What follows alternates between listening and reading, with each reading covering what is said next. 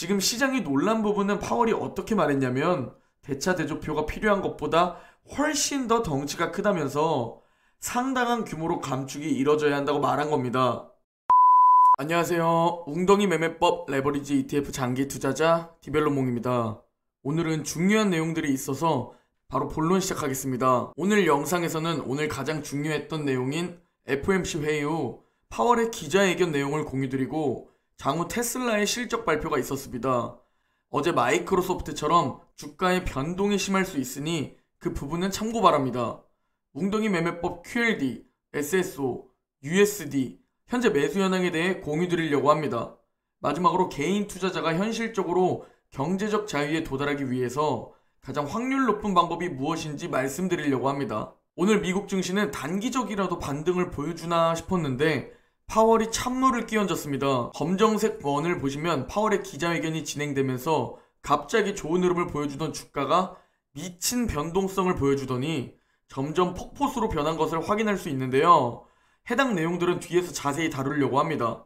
다우는 0.7% 하락, 나스닥은 0.4% 하락, S&P 500은 0.2% 하락 마감했습니다. 현재 다우는 고점 대비 마이너스 8% 하락했고 나스닥은 고점 대비 16% 하락했습니다.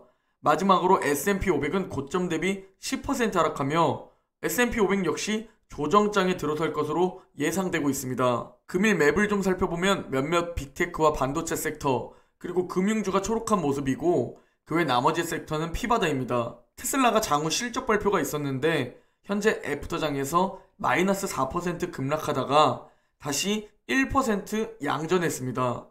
자세한 내용은 뒤에서 공유드리겠습니다. 미국 10년물 국채금리가 급등하고 있습니다. 최근 조금 숨고르기에 들어갔었는데 FOMC 회의 후 급등하는 흐름을 보여주고 있습니다.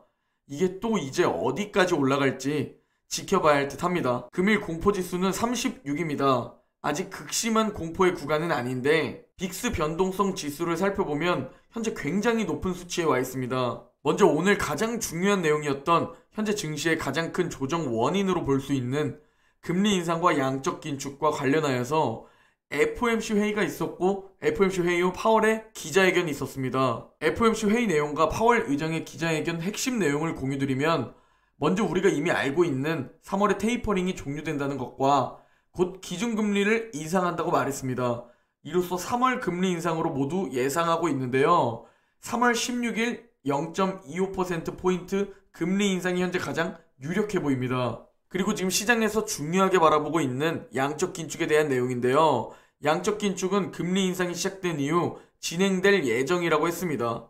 이미 양적 긴축에 대한 논의를 시작했고 다음 회의 때 양적 긴축에 대한 상세 내용이 나올 것이라고 말했습니다. 그리고 지금 지난 양적 긴축 때보다 규모를 더 빠르게 축소가 가능하다고 말했습니다. 하지만 예측 가능한 방식으로 진행될 것이라고 덧붙였는데요. 이 모든 것은 경제와 금융 상황에 맞춰 조정할 준비가 돼 있다고 밝혔습니다. 지금 시장이 놀란 부분은 파월이 어떻게 말했냐면 대차 대조표가 필요한 것보다 훨씬 더 덩치가 크다면서 상당한 규모로 감축이 이뤄져야 한다고 말한 겁니다. 파월의 기자회견이 시작되면서 주식시장은 불안감에 휩싸였는데요. 일단 금리 인상이 공격적으로 진행될 것임을 예고했죠. 하지만 다행히 시장이 예상하고 있던 범위 내입니다. 결국 불확실성이 해소된 건 3월 금리 인상이라는 것뿐 그 외에 아직 불확실성이 해소되지 않았고 파월이 시장을 제대로 달래지 못했다는 겁니다. 이로써 상반기 내내 변동성도 굉장히 강할 수 있고 아직 바닥은 어디인지 알 수 없는 상황이 되어버렸습니다. 다음으로 테슬라가 장후 실적 발표를 했습니다. 굉장히 좋은 실적이 나왔습니다. 매출과 EPS 모두 예상치를 상회했고요. 다만 실적 발표 후 갑자기 급락하면서 마이너스 4%까지 갔던 테슬라는 현재는 양전에서 1% 정도에 있습니다. 변동성이 크기 때문에 언제든 다시 하락할 수 있고 언제든 다시 급등할 수도 있어 보입니다. 마이크로소프트와 마찬가지로 향후 가이던스만 잘 나온다면 애프터장 혹은 오늘 저녁 프리장에서 충분히 상승할 수 있다고 생각됩니다.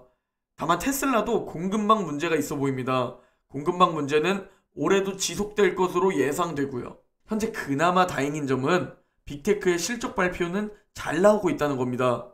그리고 대부분의 빅테크들은 아마 향후 가이던스도 좋을 것으로 예상됩니다. 실적이 받쳐주면 결국 금리 인상과 양적 긴축은 지금 당장은 변동성도 크고 폭락할 것 같지만 결국 시간이 해결해줄 문제기에 마음 편히 웅덩이에서 줍줍할 수 있습니다. 자, 이제 웅덩이 매매법 QLD, SSO, USD 현재 매수 현황에 대해 말씀드리려고 합니다.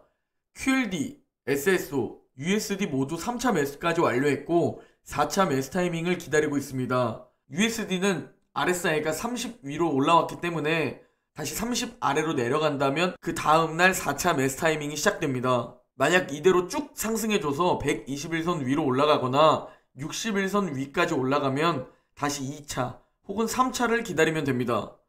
먼저 나스닥 200에버리지 QLD 일봉 차트입니다.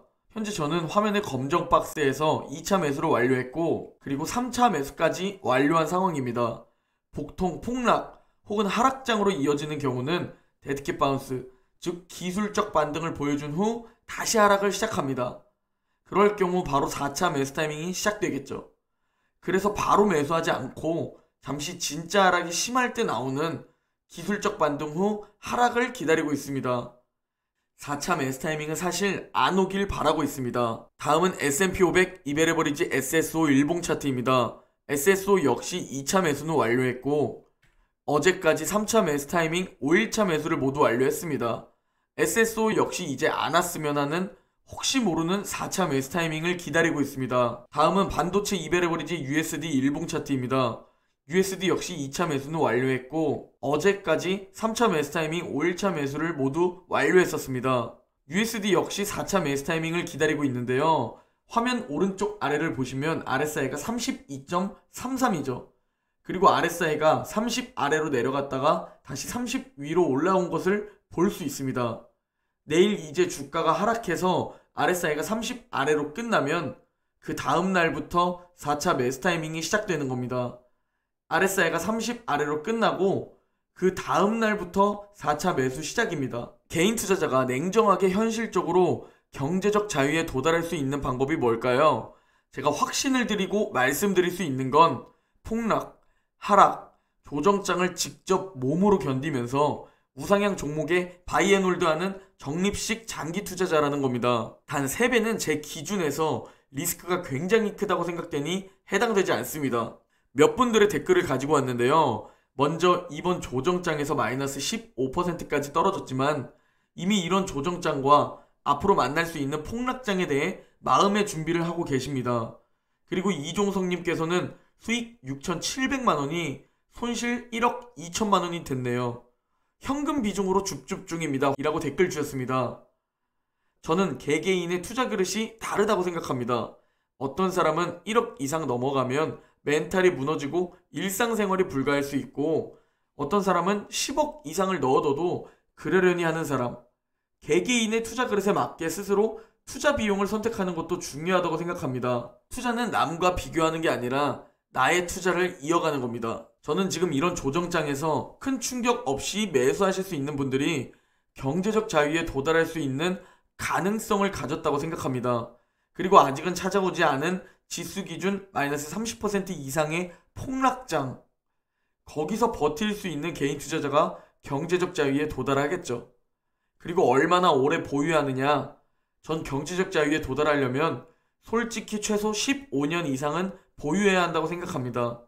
15년 이상 투자하더라도 중간에 차를 사거나 목돈 쓰일 일이 있고 일정 부분 매도해서 써야 할 때 써야겠죠. 하지만 그런 게 아니라면 그냥 계속 내 돈을 가장 확률 높은 곳에 맡겨두는 겁니다. 그게 제가 생각하는 투자의 본질입니다. 자산이라는 건 오르고 내리고 하는 겁니다. 다만 주식은 내 눈으로 직접 확인할 수 있고 변동성이 너무 크고 매도와 매수가 부동산보다 훨씬 쉽기 때문에 많은 분들이 정답을 알고 도전해보지만 결국 실패하는 분들이 대다수입니다. 지금 제 영상을 보시는 분들도 솔직히 정말 많은 분들이 결국 실패할 겁니다. 워렌 버핏의 투자 명언 중 하나인데요. 주식시장은 인내심 없는 사람의 돈을 인내심이 있는 사람에게 이동시키는 도구이다 라고 말했습니다. 내 피 같은 돈을 다른 적립식 장기 투자자에게 이동시킬 건가요? 적립식 장기 투자자는 시간이 지날수록 자면서도 돈이 계속 일하게 만들고 그 크기는 점점 더 커질 겁니다. 간혹 댓글들을 보면 제가 우상향을 한다고 말씀드릴 때 미국 주식 10년 동안 전고점 회복 못한 적 있다고 댓글을 주십니다. 그 생각을 가지고 계신다면 장담하건대 장기 투자에 실패할 겁니다. 그냥 내 돈을 가장 믿을 수 있는 가장 확률 높은 곳에 맡겨두는 겁니다. 그리고 계속 적립하는 겁니다. 점점 불려나가는 거죠. 투자는 평생 하는 겁니다. 경제적 자유에 도달하기 위해선 투자 마인드와 멘탈이 99%라고 생각합니다. 물론 우상향 종목의 적립식 장기 투자는 기본 전제겠죠. 그래서 매수를 아무 때나 하는 게 아니라 웅덩이에서 줍줍하는 겁니다. 지금 현금이 없다고 말씀 주시는 분들이 계실까봐 제 영상에서 제가 매번 웅덩이 매매법 말고 따로 종목이라고 생각하고 현금 비중을 스스로 멘탈 그릇에 맞게 10%에서 30%는 보유하고 계시라고 말씀드렸습니다. 뭐 현금이 없으셔도 변동성은 지속될 수 있고 매월 적립하실 거고 지금 어차피 저점이 아닐 수도 있습니다. 그리고 기다리면 결국 우상향 해줄 겁니다. 그러니 너무 조급해하지 마시기 바랍니다. 오늘 영상은 여기까지입니다. 모두 행복한 하루 보내시고 내일 영상에서 뵙겠습니다.